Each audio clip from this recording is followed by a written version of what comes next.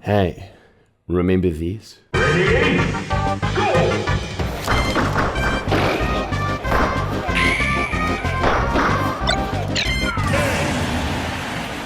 Assault in broad starlight. And while we're all impressed with John Barilaro's incredible MMA moves, I think that it's a bit of a tragedy that Matt Costello, the cameraman, that he was completely and utterly perfect gaming, received $14,000 worth of damages on his camera, which, tradies, you know what I'm talking about here, right? It's just like John Barilaro took off his tool belt and was just like, chuck it out into the beach, go swim for it, Stooge. That's what he did to that man's life. He has a damaged back to begin with. So can you imagine that? Some teeny little troll man coming up going, no, stop filming me, as you have one of those 50-year-old backs of being like, It's a heavy camera. You know how heavy those cameras are? I don't know the exact weight, but they're heavy, aren't they? It's like we're wearing several cinder blocks on one side of your shoulders. The microphone's been thrown away, that's just gone. So I don't know, they just obviously didn't get the message. In tournament rules, there's no items. He's been out of work for weeks because he's a freelancer, so he doesn't have any money coming in. He's just sitting at home, damaged, with all of his equipment damaged.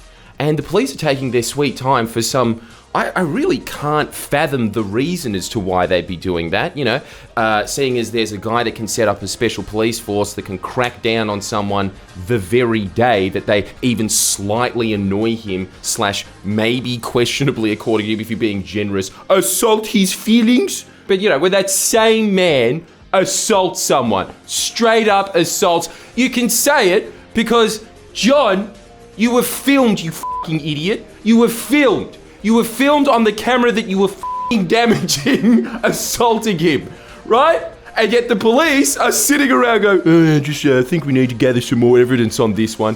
What? No! We're not gonna let that happen. And you know why I'm saying we? Because we're using your funds, whether you like it or not. And I'm just gonna go out on a limb here because this is a huge announcement. You're going to like this. You know that massive legal war chest that we set up for getting all of those civil cases against the Fixated Persons Unit and other associates surrounding it? This one is going to be fairly low cost in comparison to those things. It doesn't take lawyers trawling through endless documents, months on end at a minimum, to get like even the case together. This is just a straight up, okay, here we go. Here's legitimately what happened. Camera never lies. This is going to be a pretty much open and shut court case. It's going to be very fast, so it's going to be a small amount of the overall money, and I think that we owe it to this guy.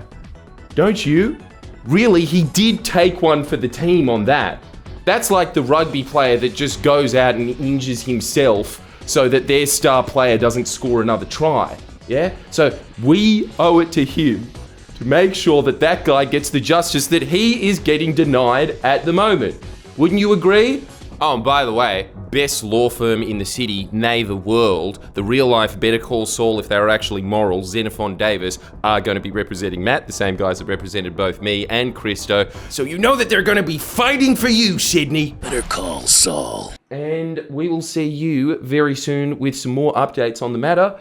But right now I have another update that's probably even bigger than that, which is that I am going to Melbourne. And I'm going to Melbourne for, I think, from the 23rd to the 27th, so come on down, because it is like the Da Vinci Code with a lot more penis references in it, which is kind of shame, because which is truly amazing, because we're talking about Renaissance art here a lot of the time when it comes to Dan Brown's work, and there's even more than that. But yeah, just mind-expanding stuff. You'll walk out of it just being like, oh my god, I can't see the world the same way again. So come see that if you're in Melbourne. And next up on the Shilling Train Express, if John Barilaro hasn't been in the news enough for your likings, check out our video that we released at an extremely odd time, I've got to say. Like, this is before Oz Aerobics is on television. It was 5 a.m. on a Saturday, but nonetheless, Coronation Property, check it out, because my god, if you thought that John Barilaro was a heavy hitter, check out where he used to work. It was toe-curling stuff, especially for the man who almost got his toes cut off, allegedly. Anyway, we'll see you around. Like and subscribe. Please share and comment below. Comment.